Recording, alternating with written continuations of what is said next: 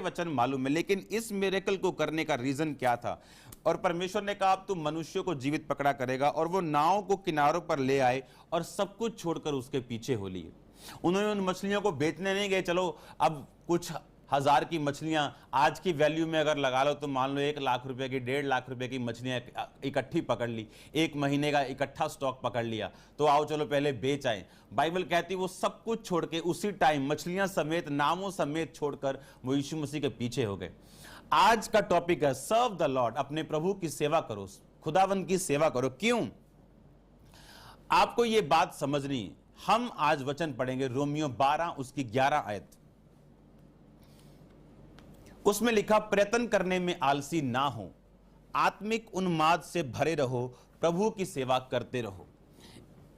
और ये पत्री अगर आप ध्यान से देखें, जो जिस वचन को आपने पढ़ा है, ये प्रेरितों के काम के आगे की पत्री है।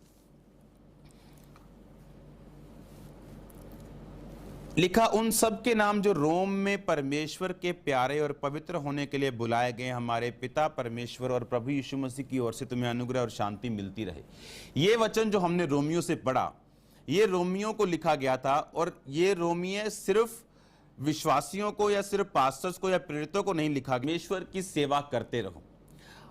अब मैं आपको फिर से उसी रोमियो की पुस्तक में लेके जाना चाहूंगा, लूका की पुस्तक में लेके जाना चाहूंगा। इसमें आपने देखा कि परमेश्वर का उनकी लाइफ में उनको एक मिरेकल दिखाने का मकसद यह था कि उनको वो अपने पीछे चला सके और वो फिर मनुष्यों को जीवता पकड़ सके। हर एक चीज जो परमेश्वर आपकी लाइफ में करता है उसका मकसद है। लूका 4 उसकी 38 आयत को मैं पढ़ूंगा। लिखा, वो आराधनालय में से उठकर शमौन के घर में आया। यह आराधनालय वो था जहां पर परमेश्वर ने दुष्ट आत्माओं को निकाला था, बड़े मिरेकल्स किए थे। और लिखा, उसी आराधनालय से एकदम से निकलकर वो शमौन के घर में आया, और शमौन की सास को ज्वर चढ़ा हुआ था, और उन्होंने उसके लिए उससे विनती की। उसने उसके निकट खड़े होकर ज्वर को डांटा, और ज्वर उतर गया, और वह तुरंत उठकर उसकी सेवा टहल करने लगी। अब बाइबल कहती कि ये पतरस की सास थी। मैं आपको लूका से क्यों पढ़ा रहा हूं मालूम? लूका जो था वो वैद्य था, वो डॉक्टर था, उस जमाने का प्रसिद्ध वैद्य, अच्छा डॉक्टर था वो। अगर आप लूका की हीलिंग्स जो लूका ने रिकॉर्ड की हैं, जो लूका ने बाइबल में लिखी, अगर आप उनको देखेंगे तो सारी हीलिंग से वो अलग मिलेंगी आपको। किसी ने नहीं लिखा ज्वर चढ़ा हुआ था। सिर्फ लूका की पुस्तक में अगर आप 38 आयत को पढ़ें कि उसकी सास को, पढ़ेंगे उसको स्क्रीन पे, कौन है स्क्रीन के ऊपर, उसकी सास को ज्वर चढ़ा हुआ था। आपने देखा उसकी सास को ज्वर चढ़ा हुआ था, और बाकियों में अगर आप पढ़ेंगे तो ऐसा नहीं लिखा। एक डॉक्टर अपने एक्सपीरियंस्ड, अपनी पढ़ाई को फॉर गॉड्स ग्लोरी उसने यूज किया। अगर आप बहुत सी गॉस्पल पिक्चर्स देखें, वो लूका की पुस्तक से बनाई जाती हैं।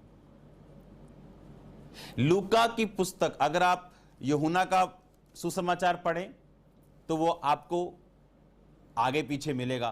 पहले ही यरूशलेम की बात मिलेगी, उसके बाद हीलिंग्स मिलेंगी। अगर आप लूका की पुस्तक को पढ़ें, आपको कंप्लीट एक चीज देखने को, और अगर आप इसको डीपली पढ़ें तो लूका बड़ा डीपली खुदावंद को स्टडी करता था। जब हीलिंग होती थी तो उसने लूका के, अगर आप पुस्तक को पढ़ें ध्यान से, मैं आपको इस 3 या 4 जितने भी उसके पार्ट हुए इसमें मैं आपको पढ़ाऊंगा, तो उसने लिखा कि यीशु मसीह ने अकेले अकेले पर ले हैंड करके उन्हें चंगा किया। लेकिन इतनी क्लियरेंस से, इतनी डेप्थ से किसी भी बंदे ने नहीं लिखा। क्यों? लूका एक डॉक्टर था और वो हीलिंग जानता था, उसकी वैल्यू जानता था, और उसको बड़ी डीपली और गहराई से उसने स्टडी किया। इसने लिखा उसे ज्वर चढ़ा हुआ था और जैसे ही यीशु मसीह ने ज्वर को डांटा, ज्वर उतर गया और वो उठकर, 39 आयत में लिखा, वह तुरंत उठकर उसकी सेवा टहल करने लगी। इसका मतलब जब हीलिंग हुई तो वो तुरंत उठकर उसकी सेवा करने लगी। जब फाइनेंशियल मिरेकल हुआ, लिखा वो तुरंत नाव को किनारे पर लाके सब कुछ छोड़ के यीशु मसीह के पीछे हो लिए। अब आपको मकसद समझ आ रहा होगा कि सेवा सिर्फ विश्वासियों के अगुए के लिए नहीं, विश्वासियों के लिए भी है। जिस चर्च में विश्वासी जाते हैं, जहां पर उनके पास्टर्स, उनके अगुए खड़े, सिर्फ उनके लिए सेवा नहीं, सेवा सब विश्वासियों के लिए, सिर्फ वॉलंटियर्स के लिए नहीं, जिन्होंने ड्यूटी ली है सिर्फ उनके लिए नहीं। आपकी लाइफ के कुछ काम, मैं आपको सीरियसली कह रहा हूं, कभी नहीं होंगे जब तक आप सेवा में एंट्री नहीं करेंगे। और हर एक बंदा पास्टर होने के लिए नहीं बुलाया गया, हर एक बंदा अलग सेवकाई के लिए नहीं बुलाया गया, हर एक बंदा सिंगिंग के लिए नहीं बुलाया गया, हर एक बंदा हीलिंग के लिए नहीं बुलाया गया। लेकिन यह गारंटी है वर्ड ऑफ गॉड से, हर एक बंदा सेवा के लिए जरूर बुलाया गया। मैं आपको नया नियम में पढ़ा चुका हूं, फिर से पढ़ेंगे। रोमियो 12 उसकी 11 आयत, उसमें लिखा, आत्मिक प्रयत्न करने में आलसी ना हो, आत्मिक उन्माद से भरे रहो, प्रभु की सेवा करते रहो। यह कमांड है कि आपको खुदावंद की सेवा करनी। यहोशू 24 उसकी 15 आयत को हम पढ़ेंगे अपनी स्क्रीन के ऊपर। इसमें यहोशू क्या कह रहा है? कहता है, यदि यहोवा की सेवा करना तुम्हें बुरी लगे तो आज चुन लो तुम किसकी सेवा करोगे। चाहे उन देवताओं की जिनकी सेवा तुम्हारे पुरखा महानद के पार करते थे, चाहे मोरियों के देवताओं की सेवा करो जिसके देश में तुम रहते हो, परंतु मैं अपने घराने समेत यहोवा की सेवा नित्य करूंगा। और आप जानते हैं, इस वचन को जब हम पढ़ते हैं,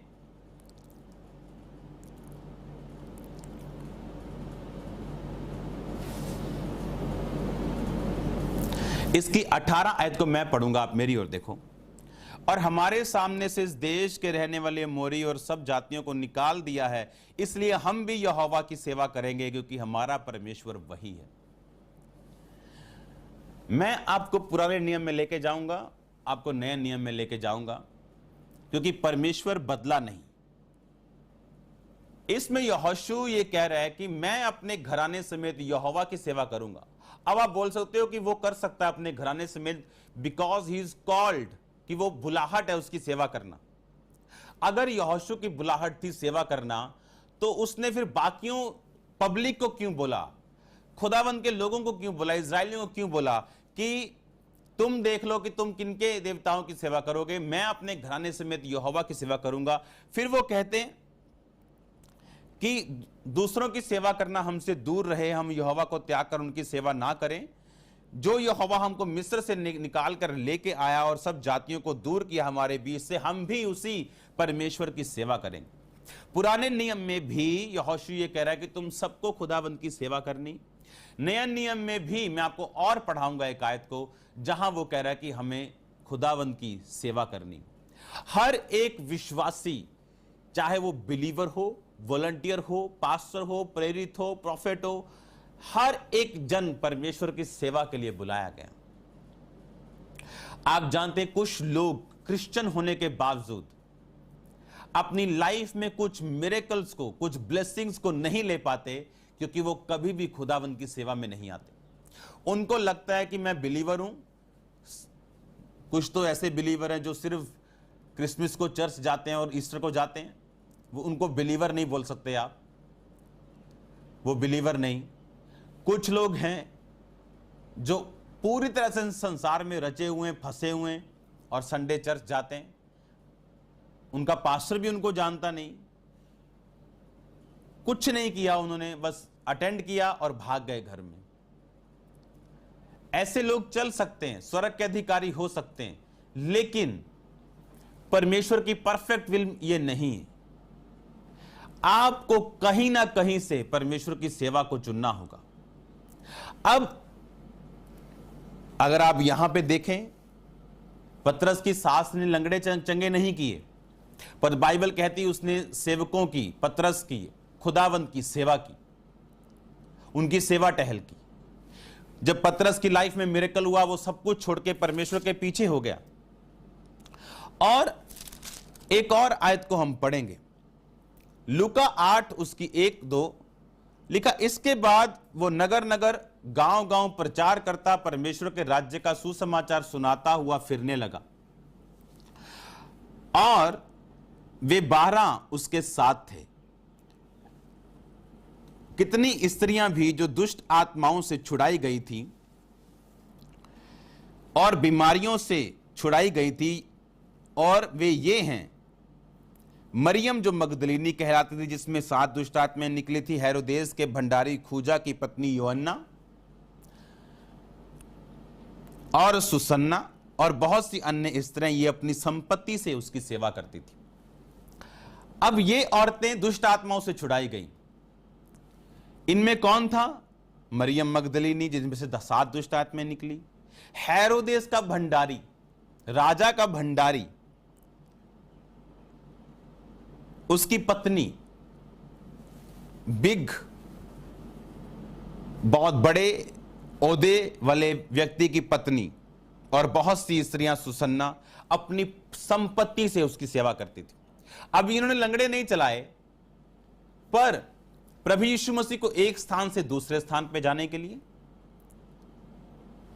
यीशु मसीह ने एक बार पूरी पब्लिक को 5 रोटियों से खाना खिलाया, यह दिखाने के लिए कि वो सर्वशक्तिमान है। और ये औरतें प्रॉपर्टी से, संपत्ति से उसकी सेवा करती थी, यीशु मसीह की ये साइड दिखाने के लिए कि वो सचमुच एक मनुष्य का पुत्र है, और वो धरती पे धरती की तरह जीने आया है, मनुष्य की तरह। अब ये संपत्ति से परमेश्वर की सेवा करती थी, लेकिन इनकी जिंदगी में हुआ क्या था?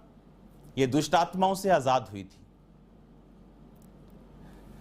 जिनको दुष्ट आत्मा नहीं है या कभी नहीं एक्सपीरियंस हुआ, आपको हो भी ना, उनको लगता है कि ये शायद कोई मन का वहम है, या कोई अनपढ़ता है, या मैं कंप्यूटर इंजीनियर हूं और मेरा परमेश्वर में आने का कारण दुष्ट आत्मा थी। मेडिकली बोलो तो डिप्रेशन था, इंसानी दृष्टि से बोलो तो पागलपन के दौरे थे, लेकिन आत्मिक दृष्टि से बोलो तो दुष्ट आत्मा थी। और ये एक्सपीरियंस बीमारियों से भी बड़ा है और गंदा है। इसीलिए लोग आपको मिल जाएंगे जिनको कैंसर है, लेकिन वो आत्महत्या नहीं करेंगे, लेकिन डिप्रेशन का रोगी आपको सुसाइड करता नजर आ जाएगा। ये उस डिप्रेशन से और दुष्ट आत्माओं से फ्री हुई थी। अब फ्री होकर ये घर पे नहीं बैठ गई कि हाँ प्रभु ने मुझे आजाद कर दिया, मैं गवाही दे दूंगी। हाँ, मैंने एक बार गवाही देने जाना है, जैसे लोग बाबाओं के साथ करते हैं कि उस जगह पे हमें कुछ मिला था, हम जाके एक डब्बा चढ़ा आएंगे और गवाही दे आएंगे। नो नो नो, ये वो लाइन नहीं, आपने इसे गलत ले लिया। दुष्ट आत्माओं से छुड़ाए जाने के बाद ये परमेश्वर के साथ थी। कभी मरियम मगदलीनी साथ थी, भंडारी की पत्नी घर में थी, मरियम साथ नहीं, वो 2 आ रही, 4 वो आ रही, कभी वो आ रही, और अपनी संपत्ति से वो परमेश्वर को सपोर्ट करती थी। आज कौन सी कॉलिंग है आपकी? हर व्यक्ति की कॉलिंग प्रीचिंग नहीं है, किसी की कॉलिंग मैन ऑफ गॉड के साथ रहना है, किसी की कॉलिंग अपनी संपत्ति से, अपनी प्रॉपर्टी से, अपने पैसों से उसको सपोर्ट करना है।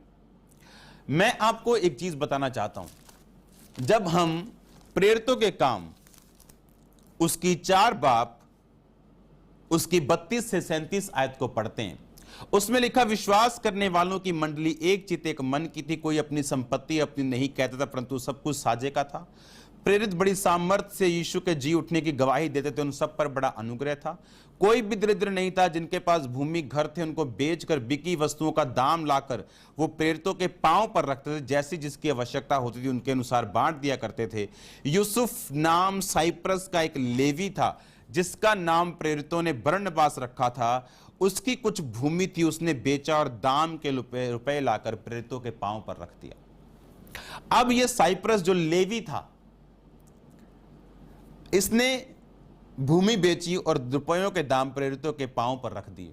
और अगर आप ध्यान से देखें तो अगले कुछ दिनों में ये खुद एक प्रेरित की तरह कार्य कर रहा था। जब आप बोलते मैं परमेश्वर की सेवा में हूं और हम कभी बोए ना, कभी ऐसा बीज ना बोए जो हमें हिलाए। अगर आज मेरे पर्स में 10 लाख रुपए है और मैं 5,000 बो दूं तो मुझे कोई फर्क नहीं पड़ता, और ना परमेश्वर इस बीज से प्रसन्न है।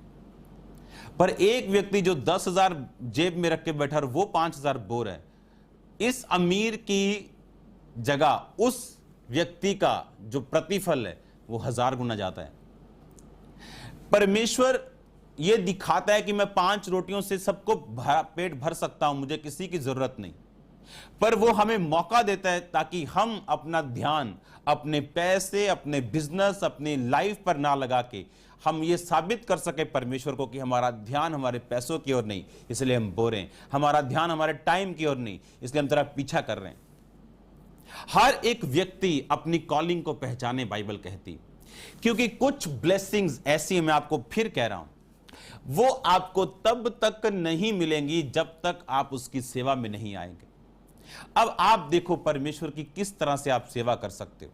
आप लोगों को सुसमाचार पहुंचा सकते हो। अगर आप बातें करने में बहुत अच्छे हो, कुछ लेडीज बातें करने में बहुत अच्छी हैं, अगर किसी के घर के पास किसी की दूसरी लेडीज के पास बैठ जाए तो उस घर में लड़ाई करवा सकती हैं या उस घर का सुलह करवा सकती हैं। उनमें इतनी कन्विंसिंग पावर है, लेकिन क्या वो अपनी कन्विंसिंग पावर को यीशु मसीह के लिए यूज कर सकती हैं? तो ये उनकी सेवा होगी। एक बात को याद रखो, परमेश्वर आप क्या चाहते हो, आपकी मर्जी क्या है, आपको क्या चाहिए, इस बात से आप चंगे नहीं होते, इस बात से आप डिलीवर नहीं होते। अगर ऐसा होता तो कोई भी हॉस्पिटल में मां का एक लौता बेटा मरता ना, क्योंकि हर मां रोती और कहती रब्बा इन्हू चंगा कर। हर पत्नी यही कहती है अपने पति को कि प्रभु इसे चंगा कर, क्योंकि मेरा एक ही सहारा है। रोने से और दुख की उसकी जो कैपेसिटी है, उसका जो बड़ापन है दुख का, उसको देख के परमेश्वर आपको हील नहीं करता, आपके फेथ को देख के वो हील करता है। उसने ये नहीं कहा तू बहुत सालों से बीमार था इसलिए मैं तुम्हें चंगा करता हूं, उसने कहा तेरे विश्वास ने तुम्हें चंगा किया। उसने ये नहीं कहा तू बचपन से लंगड़ा है इसलिए मैं तुम्हें चंगा करता हूं, उसने कहा उसकी आंखों में ये विश्वास देखे कि उसको चंगा हो जाने का विश्वास है, उसने कहा अपना हाथ उठा के कि उठ और चल फिर। बाय फेथ आप हील होते, ना कि आपकी बीमारी कितनी बड़ी। मैंने कुछ लोगों को रोते हुए देखा अपनी बीमारियों के लिए, अपनी चीजों के लिए, जबकि वो इतने गिफ्टेड है कि खुदावंद का काम कर सकते हैं लेकिन करते नहीं। और यही चीज हिंड्रेंस है, यही चीज एक रुकावट है आपकी ब्लेसिंग्स के लिए और उस छुटकारे के लिए जिसको आप चाहते हो। मैं मीटिंग्स करवाने का बहुत शौकीन था, क्रूसेड्स करवाने का बहुत से क्रूसेड करवाता था। कारण क्या था कि मैं हील हो जाऊं, और लोग हील होते थे, डिलीवर होते थे, उसके बाद चर्च आते थे, गवाहियां देते थे, लेकिन मैं वैसे का वैसा ही था, क्योंकि मेरे मन की उमंग ये थी, मेरे मन का कहना यह था कि मैं हील हो जाऊं, और मेरे मुंह के वर्ड्स थे अगर मैं हील ना हुआ मैं सुसाइड कर लूंगा। और प्रभु मुझे हील नहीं कर रहा था जब तक मेरा फेथ उसे नजर नहीं आया। जब मैंने ये बोला कि परमेश्वर तू हील कर ना कर, अब मैं तेरा काम करूंगा, ये विश्वास से कि अगर मैं लोगों के लिए ब्लेसिंग बनूंगा तो मैं खुदावन मुझे भी ब्लेस करेगा। और इस बात को सीखने के लिए मुझे लाखों खर्च करने पड़े, इस बात को सीखने के लिए मुझे इमोशनल पेन से गुजरना पड़ा, रोने से गुजरना पड़ा, दुखों से गुजरना पड़ा, इमोशनल पेन से एवरी डे गुजरना पड़ा, सालों गुजरना पड़ा एक बात को सीखने के लिए, जो आप आज आराम से सीख रहे हो कि अगर आप उसकी सेवा करेंगे तो वो आपको छोड़ेगा नहीं। अगर आप उसकी सेवा करेंगे, आप गॉड्स की प्रायोरिटी लिस्ट में हो, आप उसके फ्रंट सीट के मेंबर हो। आप उसके वीआईपी मेंबर हो। लिखा वो यूहन्ना से अधिक प्यार करता था। लोग बोलते खुदा सबसे एक जैसा प्यार करता है, ये गलत। स्वर्ग में भी एक जैसे घर नहीं है। स्वर्ग में भी अलग अलग घर हैं, साइजेस अलग अलग हैं, ओहदे अलग अलग है, रैंक्स अलग अलग है। दुष्ट आत्माओं में भी अलग अलग रैंक है, आत्मिक चीजों में भी अलग अलग रैंक है। यीशु लिखा यूहन्ना से अधिक प्यार करता था, यानी किसी से कम भी करता, किसी से और कम करता। ये हम पे निर्भर करता है। अगर आप उन औरतों को देखो, लिखा वो दुष्ट आत्माओं से छुड़ाई गई थी। उस वचन को दोबारा पढ़ेंगे हम, लूका 8 उसकी 1 से लेकर 3 आयत। इसके बाद वो नगर नगर और गांव गांव प्रचार करता हुआ परमेश्वर के राज्य का सुसमाचार सुनाता हुआ फिरने लगा। और वो 12 उसके साथ थे। कितनी स्त्रियां भी जो दुष्ट आत्माओं से और बीमारियों से छुड़ाई गई थी वो ये हैं, मरियम मगदलिनी जिनसे 7 दुष्ट आत्माएं निकली थी, हेरोदेस के भंडारी खोजा की पत्नी योअन्ना और सुसन्ना, और बहुत सी स्त्रियां जो अपनी संपत्ति से उसकी सेवा करती थी। दुष्ट आत्माएं निकली थी, बीमारियों से छुड़ाई गई थी। पतरस की सास को चंगा किया, वो सेवा टहल करने लगी। एक फाइनेंशियल मिरेकल देखा, वो परमेश्वर के पीछे हो ली। हर एक चीज के लिए परमेश्वर का मकसद है कि आप उसकी सेवा करें। क्यों हम फाइनेंशियल ब्लेसिंग को मांग रहे हैं आज? ताकि मेरा बिजनेस चल जाए। ये गलत प्रार्थना है। फॉर गॉड्स ग्लोरी जो आप मांगेंगे, खुदावंद की महिमा के लिए, परमेश्वर आपको देगा। कि खुदावंद मैं तेरी महिमा करना चाहता हूं, मुझे बड़ा चर्च चाहिए, खुदावंद ने दिया। हालेलुया। मुझे एक प्रेयर माउंटेन चाहिए जहां तेरे लोग तेरी सेवा कर सकें। अब प्रेयर माउंटेन का काम शुरू है इस हफ्ते, और आप जल्दी प्रेयर माउंटेन में एंट्री कर पाओगे। और जब आप प्रार्थना करके निकलोगे, आपको मालूम होगा कि किसी करंट वाली जगह से आप निकले हो। हालेलुया। तो आपको यह चीज बड़े ध्यान से समझनी है कि परमेश्वर कहता है मेरी सेवा करो। यहोशू अगर सेवा सबके लिए नहीं होती तो कभी ना कहता। वो ये कहता कि मैं अपने घराने समेत यहोवा की सेवा नित्य करूंगा, और तुमको भी यहोवा के पीछे चलना होगा, और तुम्हें भी यहोवा की आज्ञाएं माननी होगी, और हमारा साथ देना होगा। उसने कहा मैं भी सेवा करूंगा और तुम भी सेवा करो। हां, उसकी कॉलिंग अगुए की है, लेकिन किसी की कॉलिंग अलग है। दूसरे की कॉलिंग फाइनेंशियल सपोर्टर है, कोई प्रार्थना का सपोर्टर है, कोई अलग अलग तरह से, ताकि बाइबल कहती कलीसिया उन्नति पाए, मसीह की देह उन्नति पाए। हर एक बंदा, अगर हम अपनी सेवा को मिस कर देंगे, हम अपनी ब्लेसिंग्स को मिस कर देंगे। मैंने आपको टेस्टमेंट बताया कि चर्च को एक टाइम था जब सीए की जरूरत थी, और चर्च में बोला जाता था कि सीए चाहिए। कौन है सीए? और कोई नहीं आता था। और एक टाइम था जब चर्च में आज अबंडेंस ऑफ ब्लेसिंग्स हैं, और अब चर्च में से उठ के लोग आ रहे हैं कि हम सीए हैं। अच्छा, आप सीए हैं, आप चर्च मेंबर हैं? हाँ। कितने साल से? 7 साल से। हाँ, हम पहले अनाउंस कर रहे थे चर्च हमें सीए चाहिए, आप तब क्यों नहीं आए? बस तब मैं आया नहीं। अब नहीं चाहिए, अब वो टाइम जा चुका है। वो तब चाहिए था, अब नहीं चाहिए।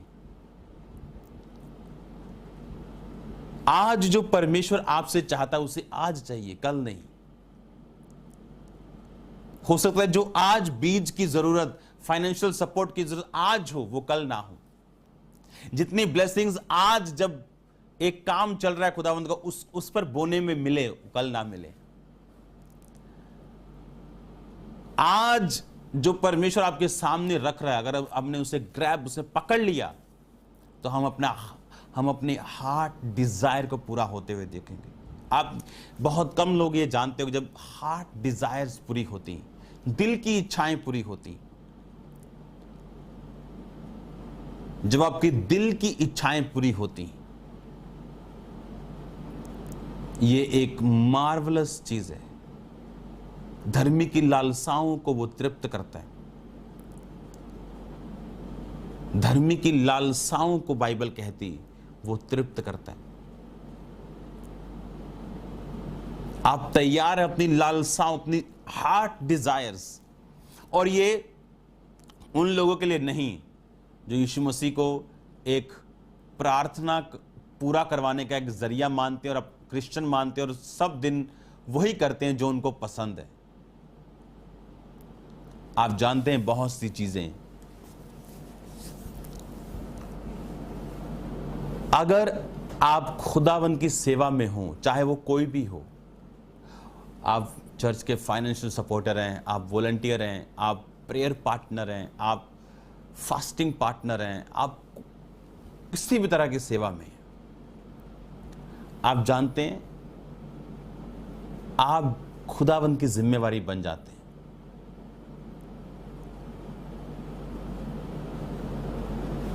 आप की वैल्यू इस हिसाब से नहीं है कि आपके पास क्या है।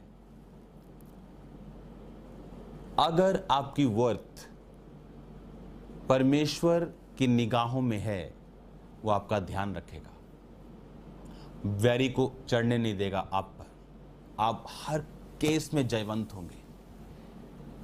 पर अगर आपकी वर्थ वैल्यू खुदावंत के सामने, आज क्रिश्चियन लोग ये ध्यान दो कि आप कहां जा रहे हो। पास्टर्स जो मुझे सुन रहे, धोखा मत खाना।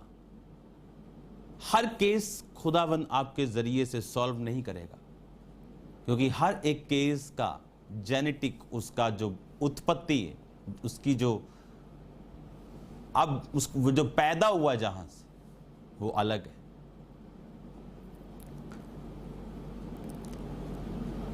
मैं इंटरनेट पे नहीं हूं, लेकिन अगर मैं जाऊं तो मुझे बड़ी चीजें देखने को मिलती हैं। एक छोटी सी लड़की,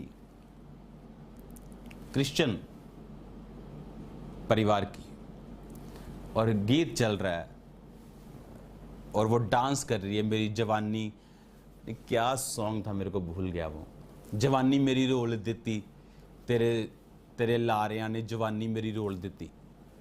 छोटी लड़की है, सिर्फ 4-5 साल की, वो सॉन्ग गा रही, जवानी मेरी रोल देती।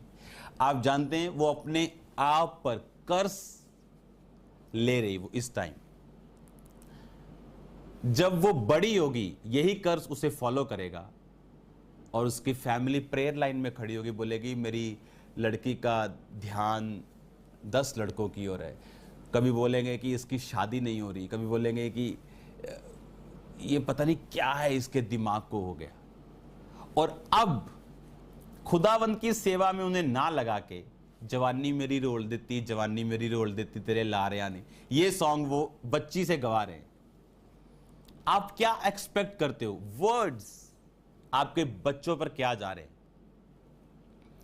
हमारे घर में हमारे किसी बंदे को, किसी रिश्तेदार को, हमारे बच्चों के साथ रहने वाले किसी भी जन को, बड़ा हो छोटा हो, यह कहने की इजाजत नहीं है कि यह शरारती है, यह ढीठ है। नेवर। हम उनकी चीजों को देखते हैं और उन्हें सॉर्ट आउट कर देते हैं, खत्म। कभी कर्ज नहीं करते हम अपने बच्चों को। उन्हें हर मसीह सॉन्ग का मालूम होगा, सिंगर्स के नाम तक मालूम है, पाकिस्तानी ये सिंगर है, लड़की सिंगर है, इसके सॉन्ग निकालो। लेकिन अगर आप उन्हें हीरो पूछे तो उन्हें यह भी मालूम नहीं कि बॉलीवुड हीरो किसे कहते हैं।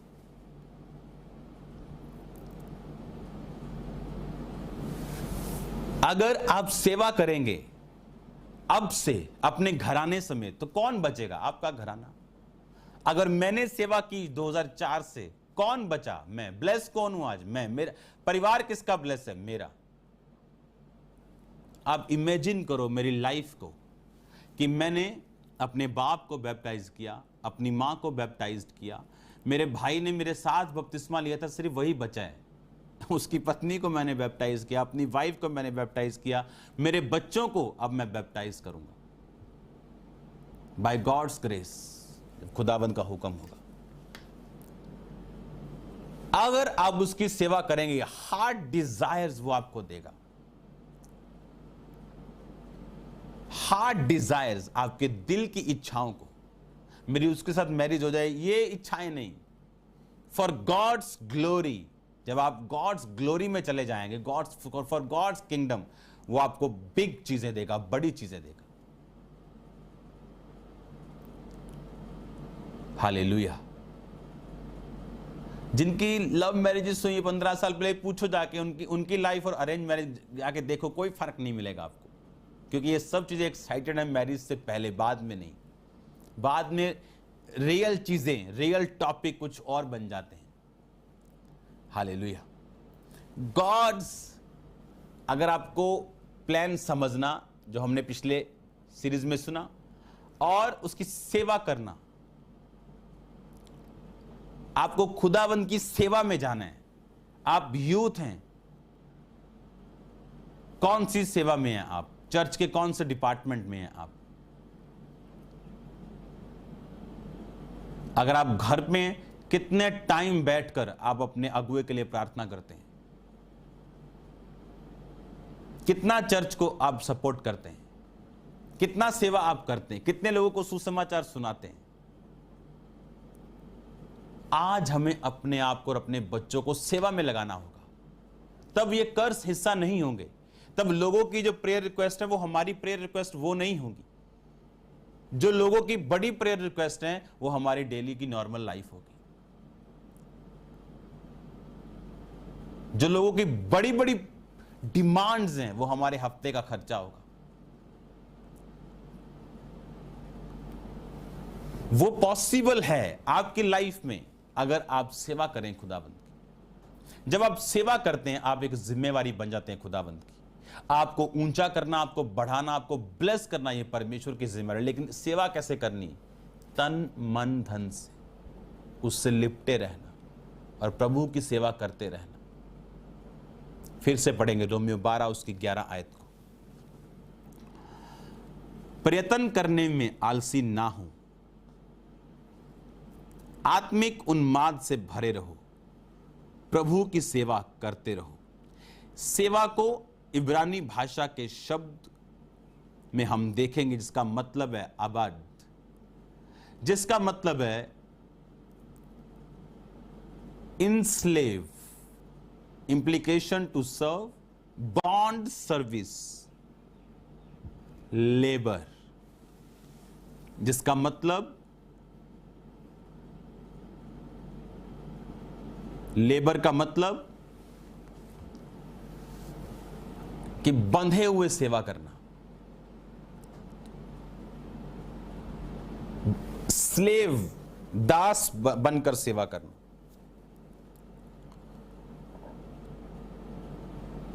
एक दास अपने स्वामी से बहस नहीं करता।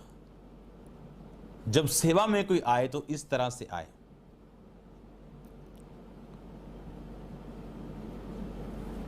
और जब आप बाइबल में देखते हैं कि खुदावंद के काम करने का मकसद आपकी लाइफ में अल्टीमेटली आपको सेवा में इन्वॉल्व करना है, उसका जो प्राइम, उसका जो सबसे बड़ा मकसद है इस दुनिया में, वो रूहें बचाना है। तो मेरा ये बिलीव है कि जब आप ये बात समझेंगे, आप अपनी लाइफ का हर एक गिफ्ट खुदावंद की सेवा में लगाएंगे। हालेलुया। आज कोई जन लाइटिंग जानता हो और आपकी चर्च को लाइटिंग करने वाले की जरूरत हो और आप वहां ना जाएं, तो यह आपका एक माइनस पॉइंट है। आज आपकी चर्च को एक साउंडमैन की जरूरत हो और साउंडमैन आप हो और आप वहां ना जाएं, तो आपके लिए ये माइनस पॉइंट है। और सबसे बड़े घमंड की बात यह है कि एक लाइटमैन सोचता है कि मैं सीधा पहले इस चर्च के हेड से बात करूंगा तो मैं लाइट का काम करूंगा। ये एक घमंड का अनदेखा हिस्सा है और लगता नहीं ये घमंड है। मेरे स्पिरिचुअल फादर एक दिन बता रहे थे, एक व्यक्ति को प्रीच करने के बाद बोला कि तुम क्या करोगे? उसने कहा अब मैं जाऊंगा अपने देश में और मैं अपने पास्टर से बात करूंगा कि मैं क्या सेवा करूं। उनका ये घमंड है। और मैं भी सुन रहा था कि पकड़ लिया कि ये घमंड है कि तुम एक छोटा सा काम करने के लिए पहले अपने पास्टर से बात करने के लिए जाओगे। ये घमंड है, ये प्रॉब्लम है। मुझे अगर अपने चर्च में काम करना है तो मुझे किसी साइन लेटर की जरूरत नहीं है इस कुर्सी को एक जगह से दूसरी जगह हटाने के लिए, कि मुझे अथॉरिटी चाहिए जी, मैं कुर्सी को हाथ कैसे लगा दूं, मुझे एक कुर्सी को दूसरी जगह लगाने के लिए अथॉरिटी चाहिए। ये घमंड है, ये शैतानी वेदियां हैं, चाहे आप क्रिश्चियन हो चाहे नॉन क्रिश्चियन। अगर आप इतने बुद्धिमान हैं, आप घुस जाएंगे और सेवा करेंगे, सब कुछ करेंगे आप, लेकिन मुझे बात करनी है पहले, ये प्रॉब्लम है। ये सेवा नहीं, कुछ आप और करना चाहते हैं। जो सेवा करना चाहता है वो अपना ड्यूटी लेगा और सेवा कर देगा, लेकिन जो सिर्फ बातें करना चाहता है वो बातें ही करेगा सालों साल। और सेवा करने से अगर आज हम नहीं खड़े होंगे तो खुदावंद हमसे बेटर कोई और खड़ा कर देगा।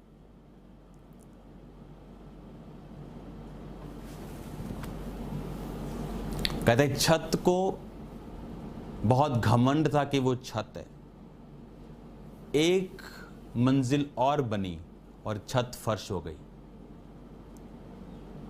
छत को बहुत घमंड था कि मैं छत हूं, एक मंजिल और बनी और छत फर्श हो गई। खुदा के घर में आपको क्या लगता है, उसके पास बेस्ट पीस मौजूद है। कोई मत सोचे टॉप से लेके नीचे तक कि बेस्ट रूम है, कि मैं हट जाऊंगा तो पता नहीं क्या भूचाल आ जाएगा। कोई भूचाल नहीं आने वाला है। आप हटेंगे, आपसे बेटर आपकी जगह खड़ा होगा। सेवा करना दीन मन से। जो लोग मुझे डेली लाइफ में देखते हैं वो पहचान नहीं पाते कि ऐसा हो सकता है क्या, ये वही व्यक्ति है क्या। उसको तो बड़े बड़े कपड़ों में आना चाहिए, सोने चांदी के बर्तनों में आना चाहिए, लेकिन वो मुझे आम सा देखते हैं, अपने जैसा। क्योंकि हमें मालूम है कि सेवा प्रिविलेज है। मैं बोल रहा हूं प्रिविलेज। क्या है मेरे पास जो मैं कर सकता हूं मिनिस्ट्री के लिए। अगर हमने नहीं किया तो कहीं हमारे टिक बॉक्स खाली हैं, और वो टिक अगर लगेंगे तो आप ही को कुछ मिलने वाला है।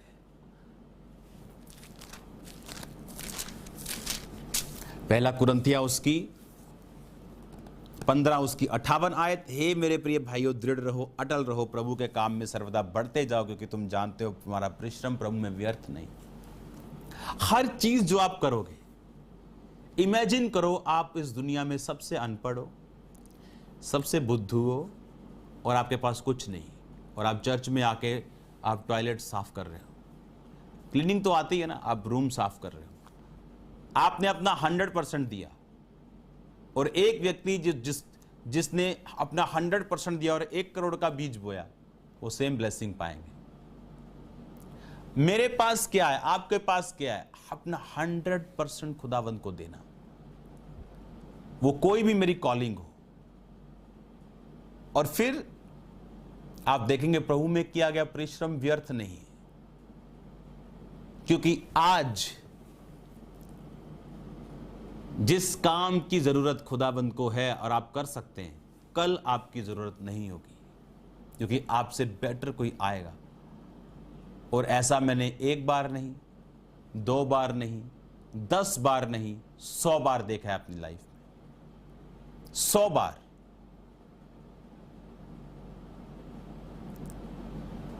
खुदाबंद से हम लड़ नहीं सकते, उसके पास हमारे लिए बेस्ट विकल्प मौजूद हैं। लेकिन हम्बल रहना, लिखा एक दूसरे का आदर करना, एक दूसरे को अपने से अच्छा समझना, और मिल के सेवा करना, ताकि परमेश्वर की देह उन्नति पाए। हालेलुया। तो पूरा हफ्ता इमेजिन करो अपने आप को, हम कहां हैं, किस सेवा में हैं। हम चर्च के मेंबर हैं 8 साल से और किसी सेवा में नहीं।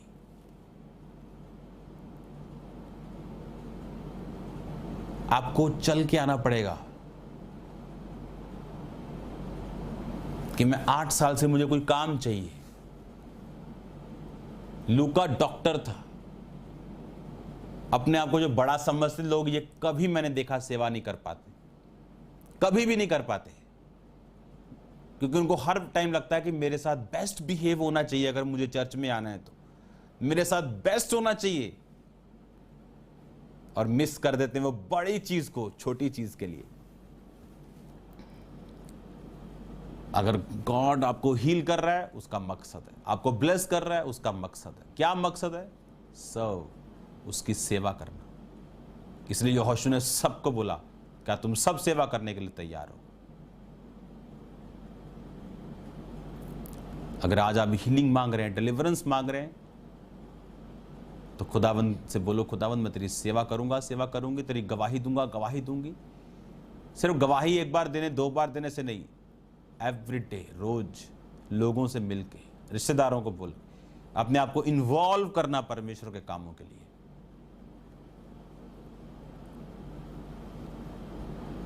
हालेलुया। अपने हाथों को उठाओ, मेरे साथ एक मन हो जाओ, क्योंकि मेरा ये बिलीव है कि परमेश्वर आपको हील करेगा और डिलीवर करेगा। और अभी जब प्रार्थना शुरू होगी, आप मुझे इंस्टेंट टेस्टिमनीज को देंगे। आज अभी हिलाओ अपने हाथों को। Thank you Jesus.